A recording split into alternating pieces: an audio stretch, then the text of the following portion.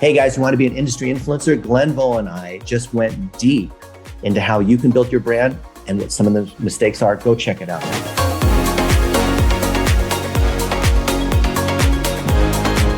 Welcome everyone to another edition of the Coach U Show. Today, you're going to learn how to be an industry influencer. You're a professional. You want to grow your brand. There is no better person than my friend, Dr. Glenn Vo. Welcome, Glenn. Dennis, thank you so much for having me on. I'm super excited. It's always good to get to talk to you. I've known Dr. Glenn for a few years now, and I've seen him grow his brand from being just a dentist to a best-selling author with his book, 2612 Cherry Hill Lane, one of the few books I actually read end to end. It took me, I want to say, 3 days and 3 different flights, and it was fantastic on drunk driving. Normally, when people write books, you look at them and you're like, these things suck because they're just trying to get their brand out. But you can see why he's a best-selling author. You can see why he's got a successful practice in Denton as a dentist. And he's my dentist too. I fly into Dallas to see Dr. Glenn.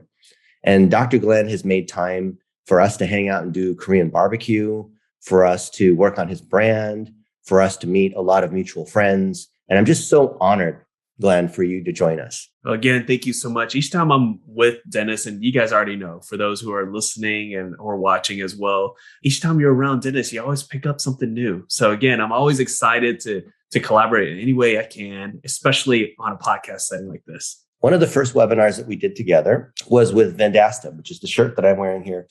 And you were teaching agency owners what not to do with dentists when you're pitching services. Can you give us a quick snippet on why should agencies listen to what you had to say in that session?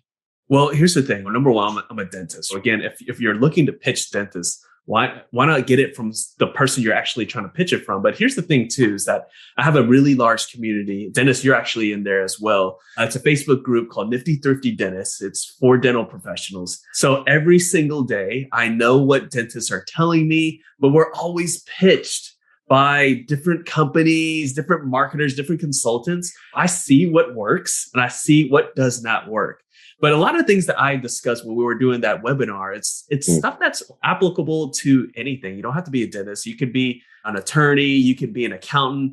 It's just like best practices on how to be a part of a community. Again, that's what we talked about. Well, there's a lot of people that want to build communities. There's a lot of people that want to write a book.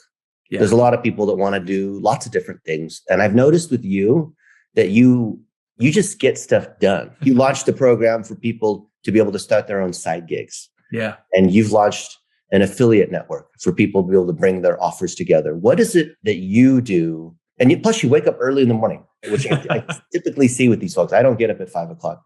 But what advice do you have for other people that are trying to get stuff done, but can't seem to get it done? Man, the biggest thing that I'm going to tell people is just to get started. A lot of times, whenever we have this big plan or this big goal, we feel we need to get that goal in one sitting or one swoop. Well, look at it this way. Think about just eating a meal. You don't grab your whole meal and just shove it in your mouth and just eat it in one bite. No, you don't. You take multiple bites and then you're finally done. When it comes to accomplishing a big goal, it's okay to have big goals. But then you got to reverse engineer that goal into smaller bites that you can slowly work towards that goal. If you're looking to accomplish 10 things in one sitting, you're going to be disappointed. And that's where people get stuck. They get frustrated. They're like, well, I want to have a following of 44,000 other professionals. I want to do all these things. But what they fail to realize is that everyone that, let's use me, for example. Let's use Dennis, for example. Dennis has spoken many great stages. What you don't see, and only his friends and myself see, you don't see the hours of his traveling. You don't see him just trying to work his schedule. You don't see all the grind there. All you see is Dennis, you on the stage and talking to people and meeting different people. You don't see all the work that goes into it. So again, it's good to have these big goals, but understand there's steps, right, that you have to take. And just make sure that you take those steps and not try to jump past all the steps. That's where you get frustrated. That's where you fail. And that's where you say, what? I can't do it. No, you can do it. You just didn't go about it the right way. Amen. And certainly building a community of 30,000 plus dental professionals and Nifty Thrifty Dental didn't occur overnight.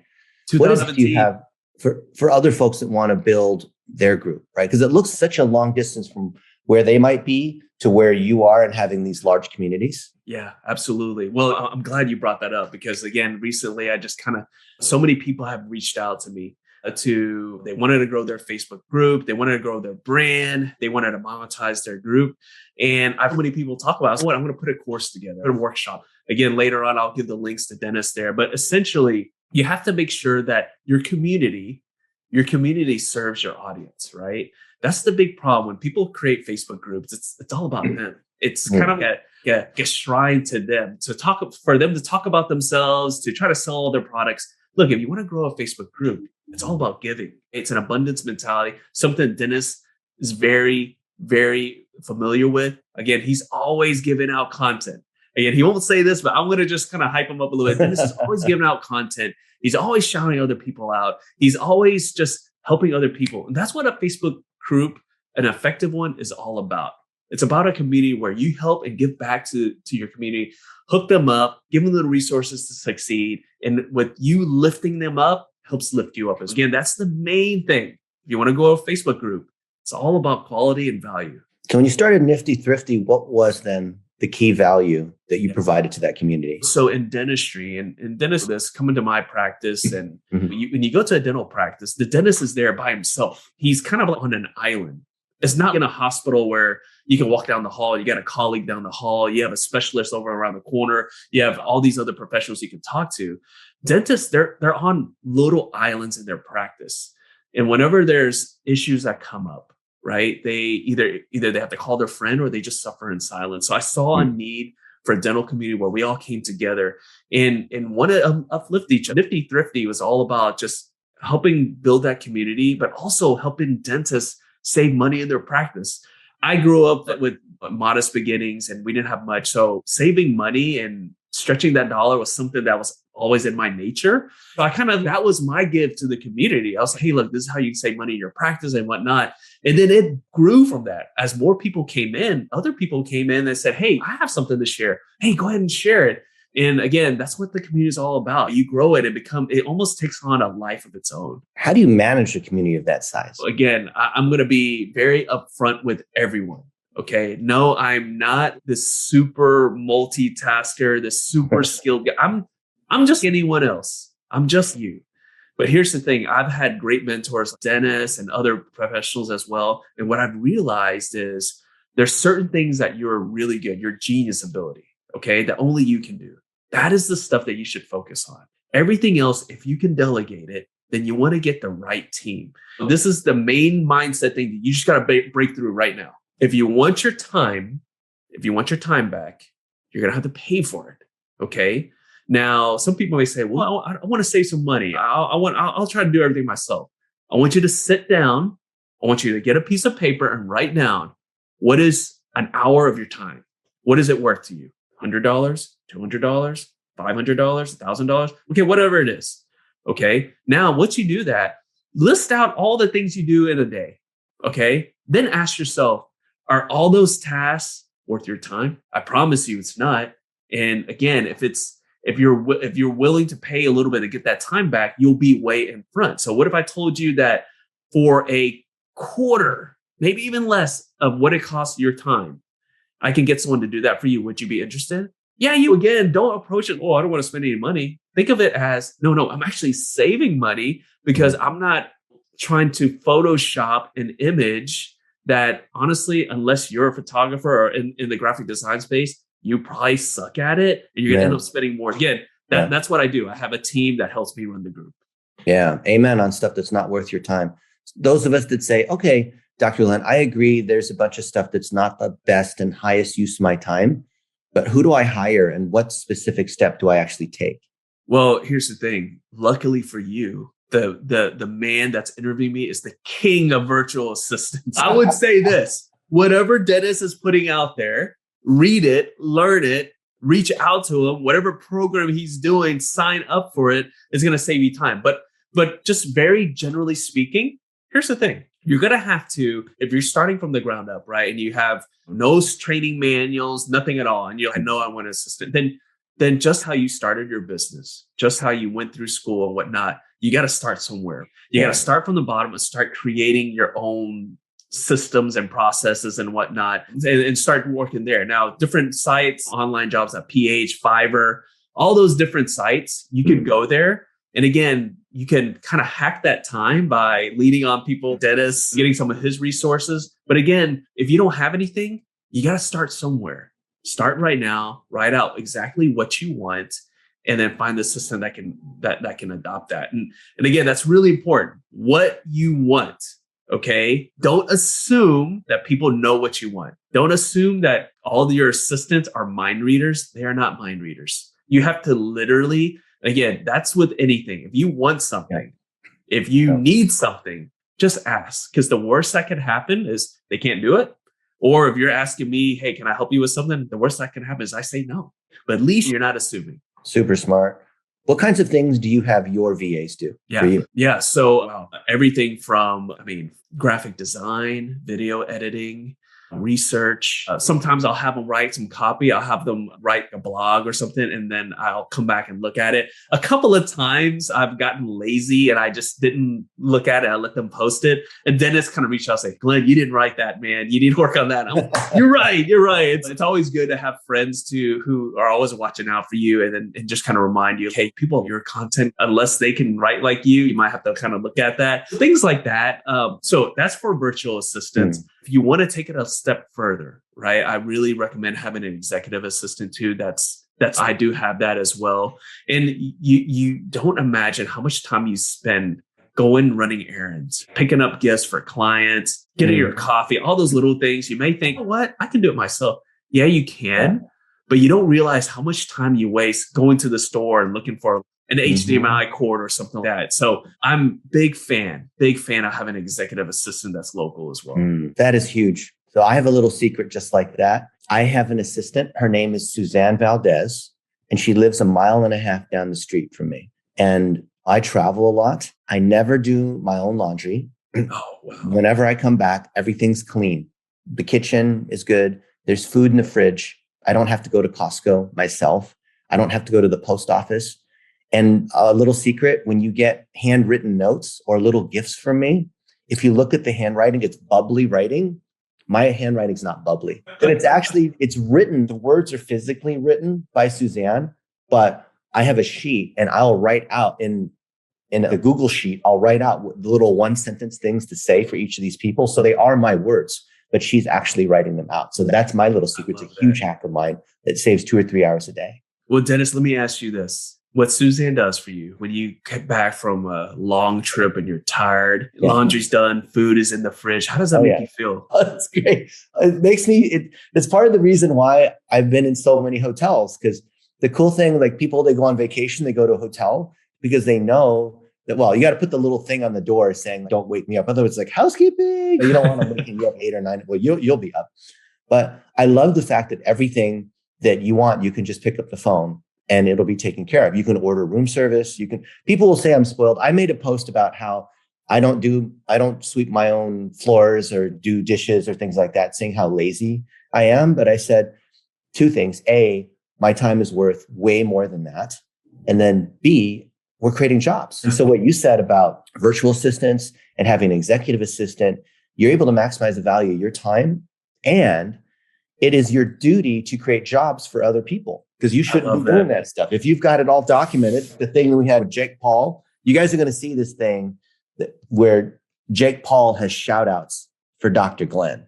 And that's creating jobs for young adults, for you to grow. You can help the community and you can grow at the same time, which I think is fantastic. And it's great for Suzanne because she and I have become good friends. Yeah. I'll go over and have dinner at her house and sometimes we'll just hang out. And it's not about her being a maid or running to the court to file a paper or whatever. She'll say we're friends and it's just awesome. And I know that if I'm in a pinch or if I need a ride to the airport or whatever, she's there. How awesome is that to know that there are other people there that have your back? I love it. And again, there's so many things that people spend their money on. And again, having something like this just to make your life easier, but also just the feeling that you get, right? When you feel good, when you feel refreshed, you are at your optimum ability. Again, I totally agree with you. And the people who say, hey, we're being lazy or whatnot, look, okay, I don't do a lot of things, right? But I will spend money so that I can be at my best. So again, I love it. One thing I've admired about you, Glenn, is how you're always present. You're 100% fully present, which I think a lot of people miss because they're tired or trying to do so many different things. And I think one way for our audience to understand that, one window into the way you think and do, was when you met with Dana White. Can you tell us what happened there when you met Dana White for the first time? Oh man, I can't believe you remember that, actually. So I was it was a UFC fan expo. I'm a big fan of MMA, big fan of the UFC, but also a huge fan of Dana White. Now, Dana White, he gets a bad rap. They feel like, oh, he's underpaying his fighters, this and that. He's just outspoken. The thing with Dana White is that if you look at his background, literally just came up from nothing, but it had the right connections. He was connected with the Fertitta brothers who own a lot of casinos. And those guys were the guys who helped buy the UFC. Because of his network, he was able to come in, grew the UFC to a multi-billion-dollar company. They exited out, became billionaires. Dana stayed on, I think he got $100 million. But anyways, so with Dana, all these fans were there. They were all talking to him. They came up to him. They're all talking to him about, oh, hey, tell us about next fight. Tell us about the next fight. When I saw Dana, I said, Dana, tell me what are the biggest lessons you learned just going through the UFC, and what would you do differently? And he just stared at me. He's like, you're not asking me about the Conor McGregor fight that's coming up? You're not asking me about that? I said, no. And then he asked me. Then he was like, wait a minute, tell me who you are. And I was like, well, I'm a dentist and I'm a big fan and I always buy the pay-per-views. I'm a big fan. And he spent literally 30 minutes talking to me. Everyone else, he talked to him for a couple of minutes. He spent 30 minutes talking to me because number one, he was, okay, this guy buys all my pay-per-views. He probably did the math in his head. They're like $59 each. He's a big fan. He's a professional. He's a dentist. And he asked me a business question, and he didn't ask me like a meathead question. Who do you think is going to win this fight? Well, again, it's just being able to understand who the other person is and really talking about what is passionate about them. The UFC is his life. It's his business, what had he made his name. And I wanted to learn about the biggest lessons he learned and what he would do. It's about having you said presence, but I'm just saying you have to be, whenever you're networking or connecting with someone, you have to kind of be on the same wavelength. What is this? This is someone who's really, really famous and you only have much time. Okay. Why are you going to waste your time asking about, hey, who do you think is going to win this fight? No, you want to, if you get in front of someone like him, who is the president of UFC, you want to ask something significant. And so again, one of my favorite memories, I can't wait to come back out. And again, part of the reason why I paid to be at that event was, yeah, sure, I wanted to meet the fighters and get autographs, but I really wanted to meet Dana White.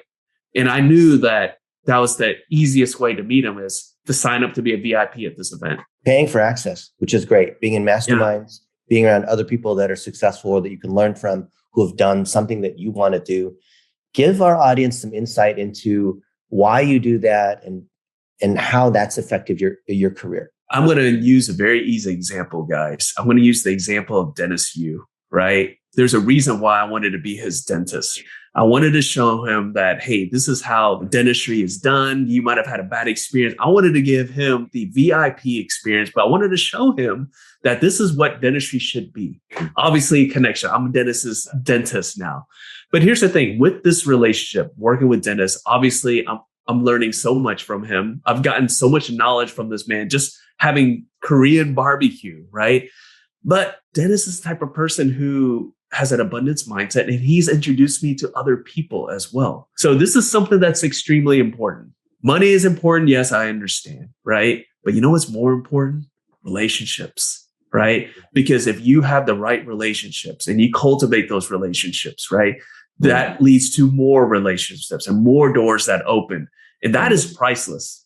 That is something that Dennis is, one thing that I've actually learned from him is that is the relationship capital is priceless. You want to make sure you make these meaningful relationships because they open other doors. And I've met so many other people because of Dennis, because of us hanging out and spending time together. And we're going to hang out in Vegas in a month. I know. I'm excited about that. KBB. I'm excited about it. Now Those I'm who are gonna be able watching to this, see you. maybe if you guys are around that same time, come hang out with us. Yeah, hit us up. The people that are really successful are surprisingly accessible. So I'd encourage you guys to reach out. Dr. Glenn, what advice do you have for young adults that they're not sure what they want to do with their lives?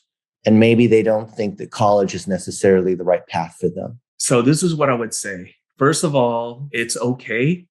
Just understand that it's okay to not know what you want to do just yet. It's okay. You might have had parents, you might have had friends, you might even have significant others ask you, what the hell are you doing? Don't beat yourself up, right? Don't beat yourself up. It's okay because so many people have been in your shoes. All that I would say is you only know what you know. So broaden your horizons. What does that mean? That means, hey, if you like somebody, follow them. Learn everything you can from them. If you like what they're all about, see if you can take it to the next level and possibly work with them in some capacity.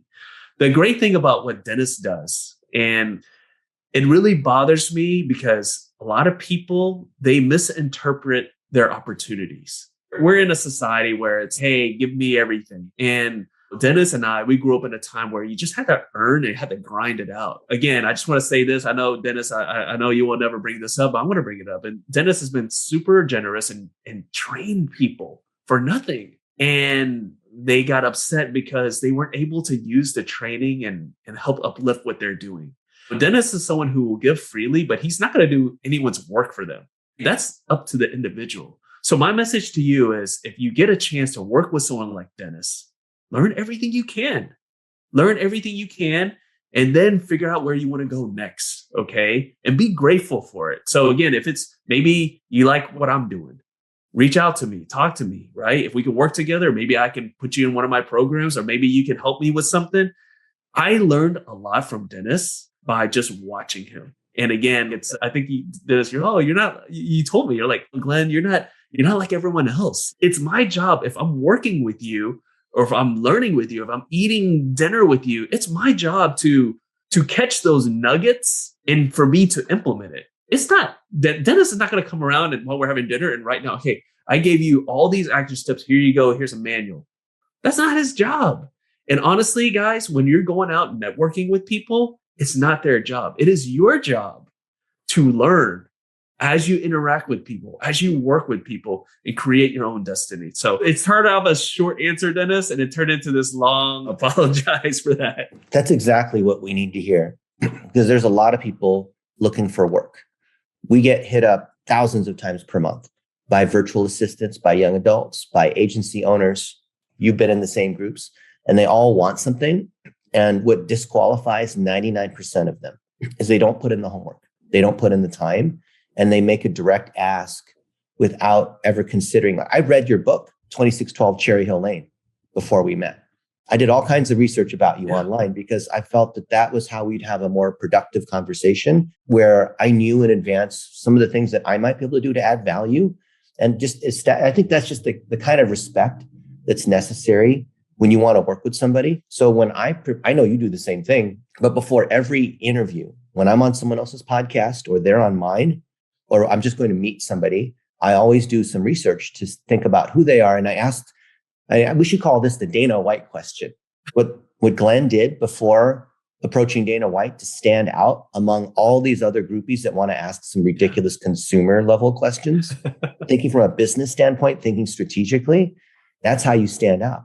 Yeah. If you're a virtual assistant and you're looking to get a job and you just blast your resume and the exact same message to every other person, it's going to be the young adults that are just blasting their resume to every single employer on the planet.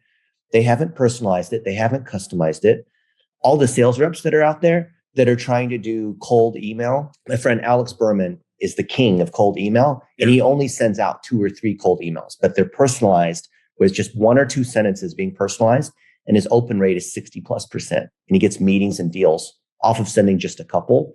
If you listen carefully to what Dr. Glenn's been saying this whole time, about how he approaches relationships, about how he puts in the work, about how he's around the right people, you are going to stand out from among the thousands of other people that are trying to do the same thing.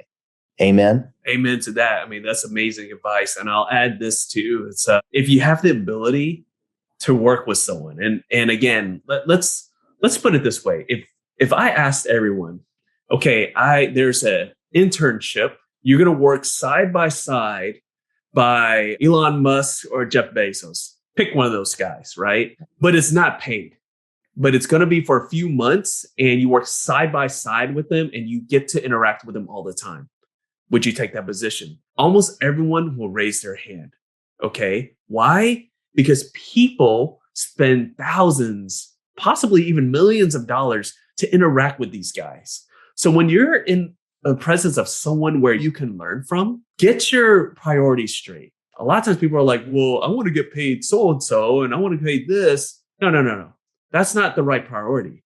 Your right priority is how much is that knowledge going to be worth? Mm-hmm. Because again, if you have a chance to work with someone like a dentist, right, and able to learn from him, dentist charges thousands of dollars for people to get coached by him.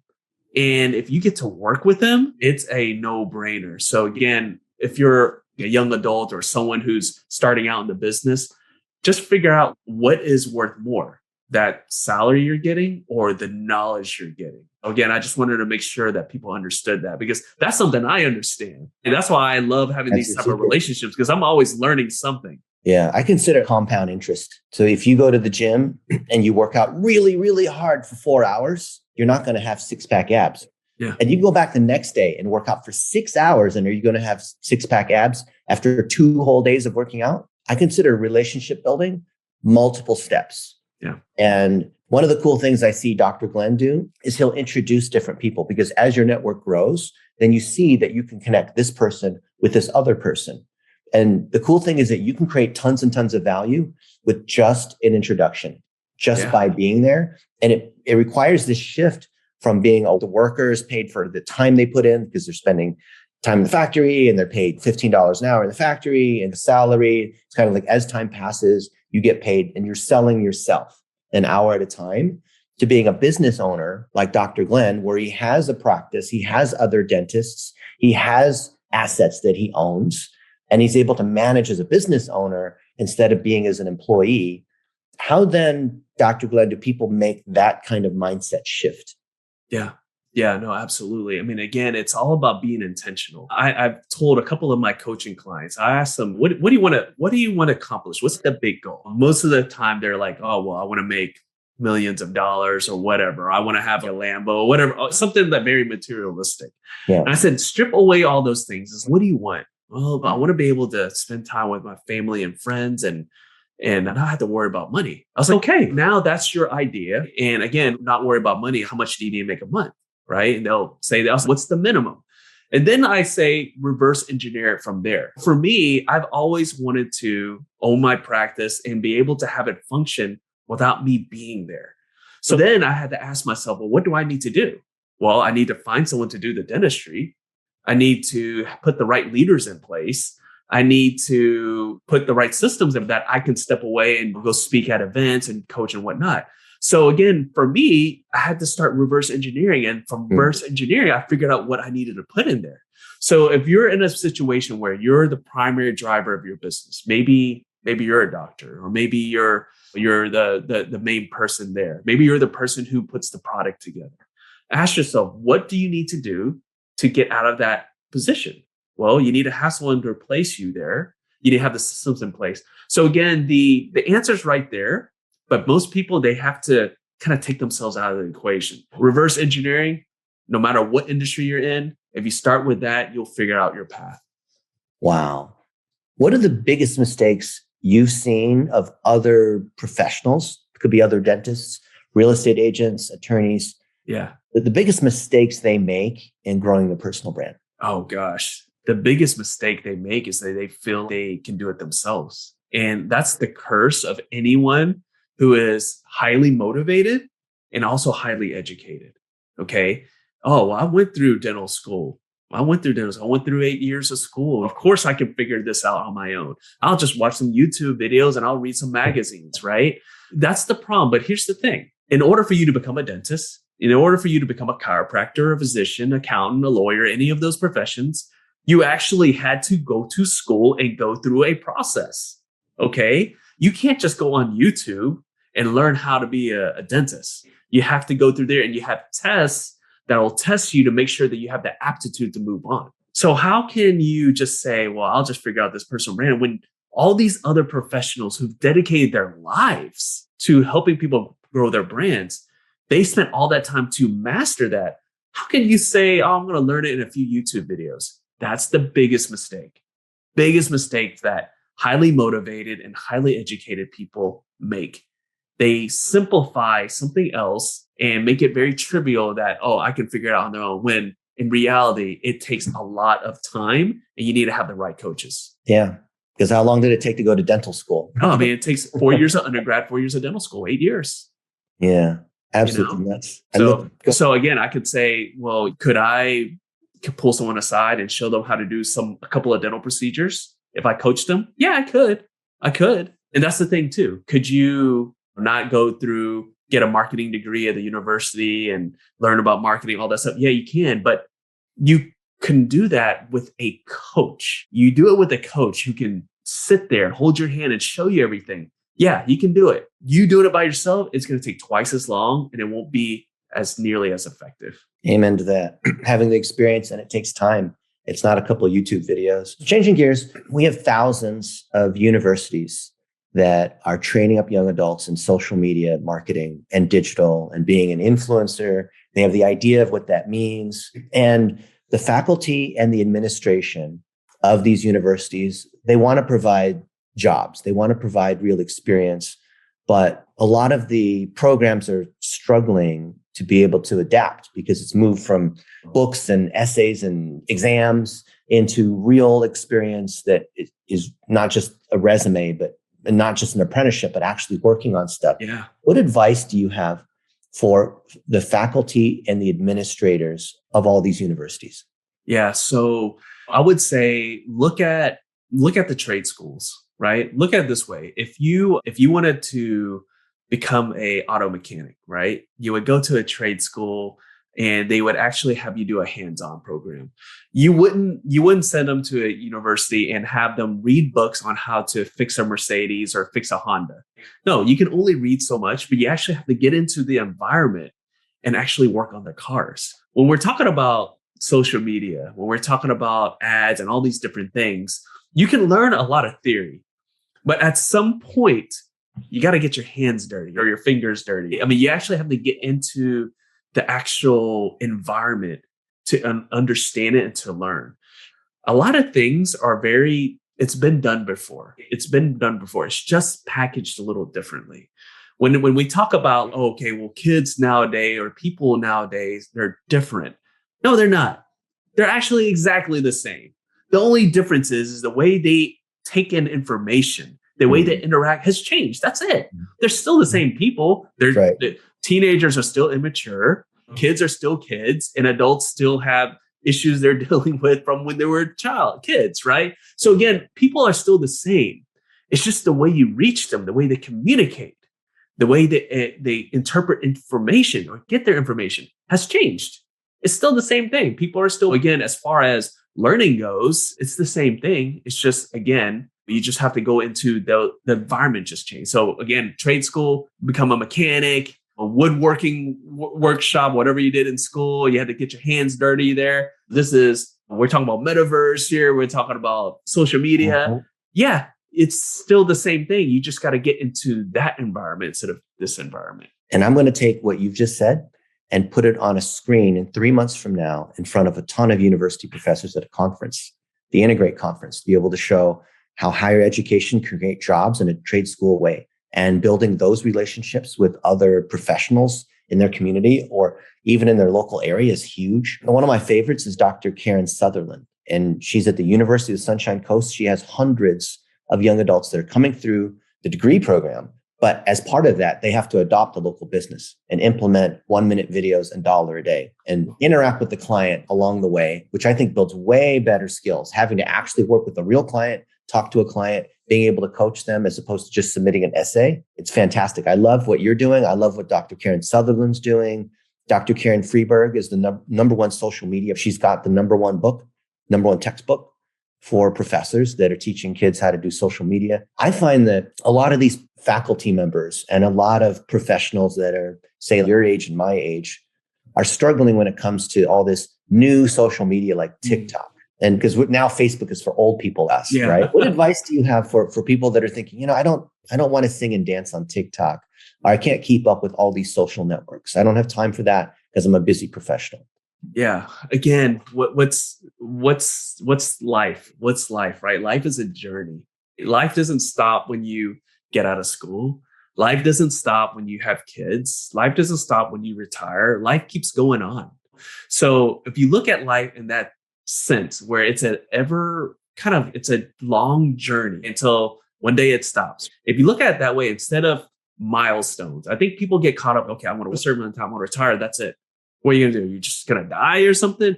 No, you continue, again, adopting the fact that it's a long-term journey and you just kind of keep evolving, keep learning.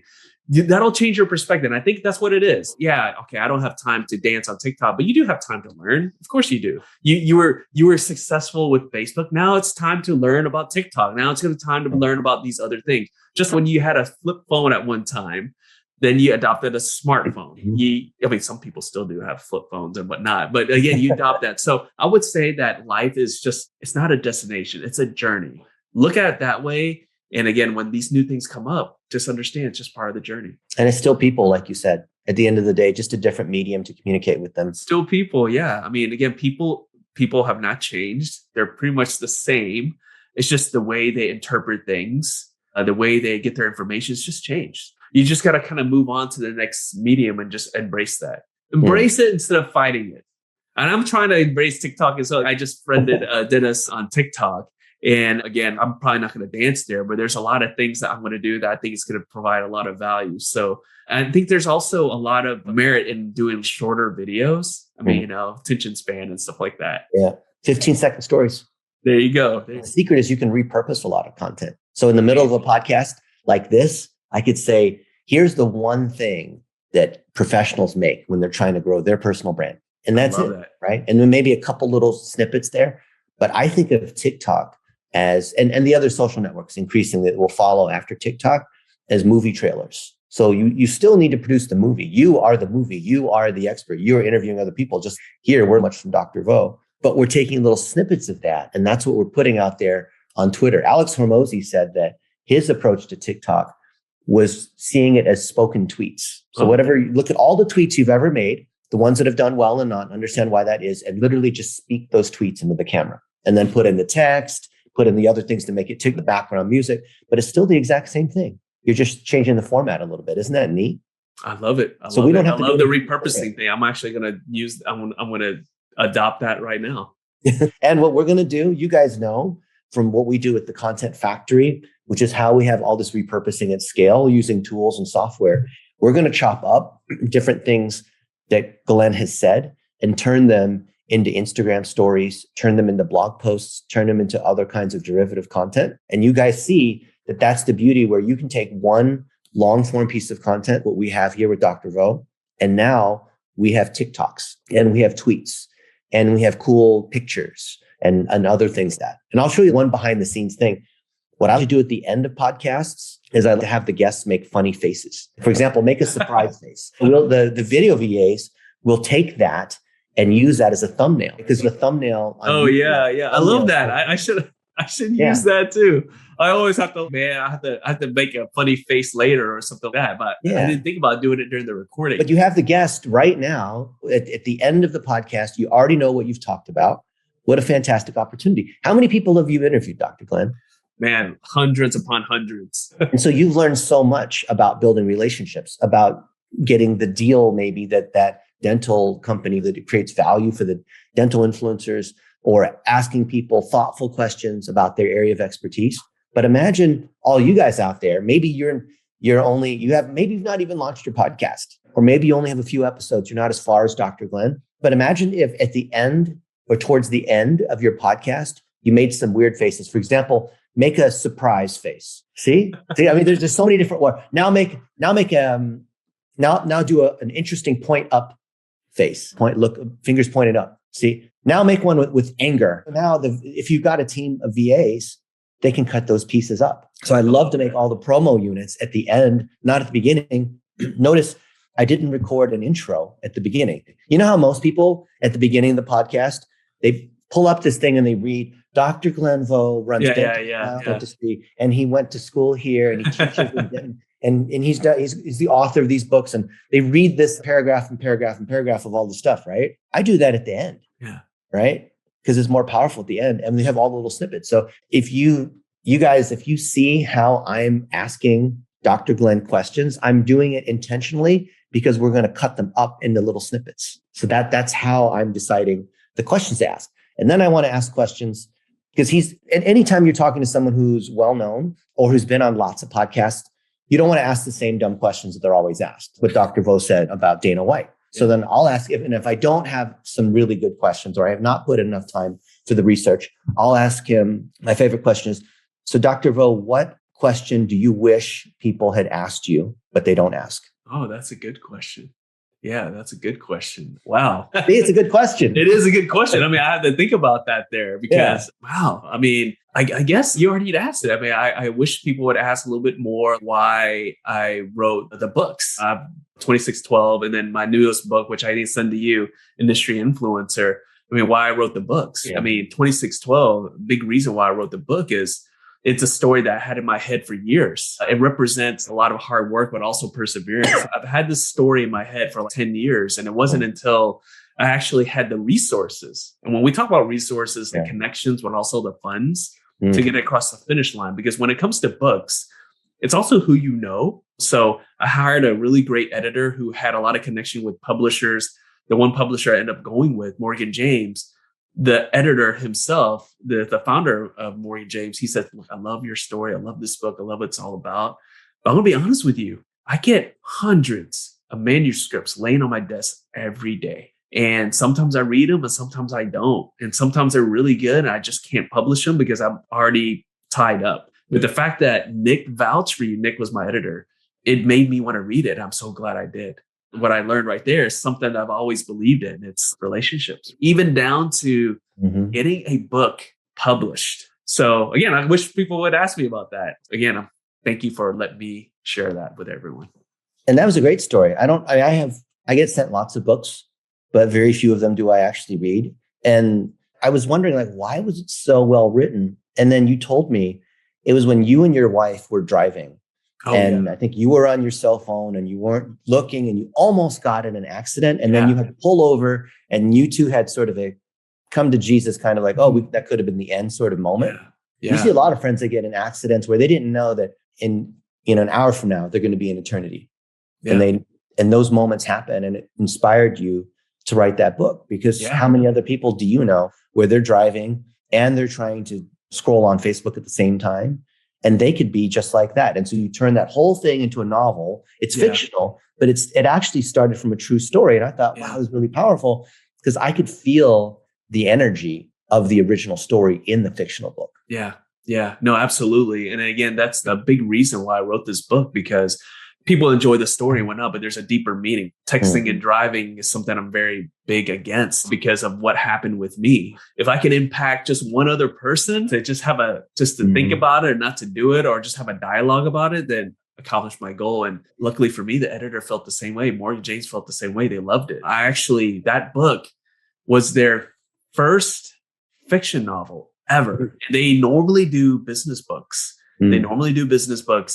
And since then, actually, they have a lot more fiction novels in their catalog now, but that was the first one. And again, a lot of things came into place, but it goes back to what we've been talking about this whole time. Relationships, right? Cultivating those relationships that opens the doors, right? And again, the book is a big example of that. You want to be an industry influencer?